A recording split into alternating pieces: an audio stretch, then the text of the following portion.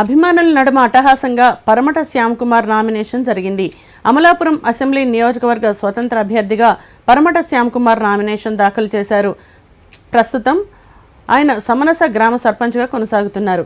29 సంవత్సరాలుగా జరిగిన ఎన్నికల్లో టికెట్ కోసం ఆయన తీవ్ర ప్రయత్నాలు చేశారు.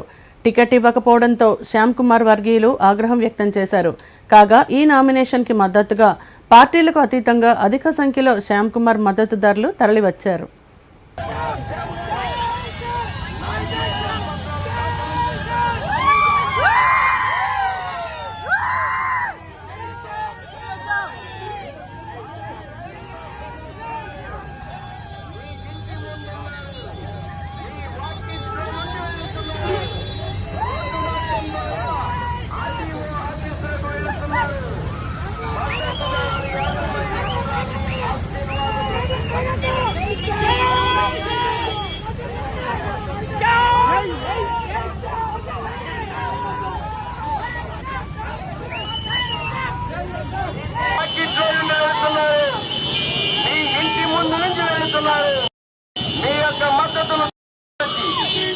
విద్యావంతుడు వినయశీలి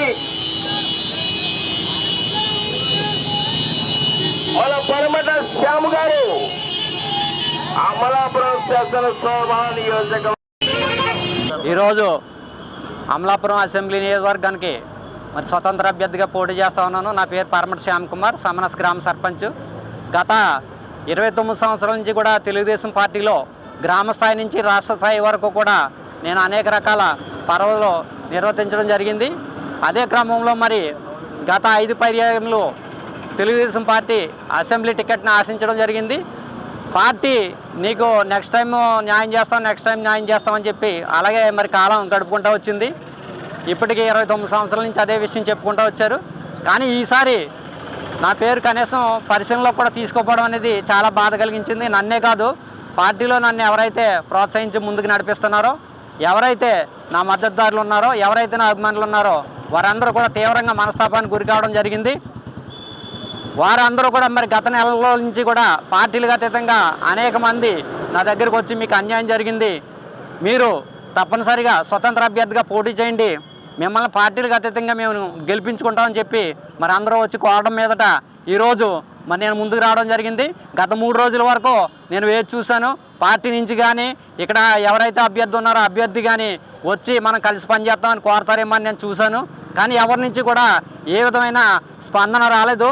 మరి నాకు తీవ్రమైన మనస్తాపంతో ఈరోజు పార్టీ నుంచి బయటకు వచ్చి మరి పార్టీ రెబల్ అభ్యర్థిగా పోటీ చేస్తున్నాను. అలాగే పార్టీలకు అతీతంగా ప్రజల యొక్క కోరిక మేరకు మరి ఈరోజు నేను ఇక్కడ స్వతంత్ర అభ్యర్థిగా పోటీ చేస్తున్నాను.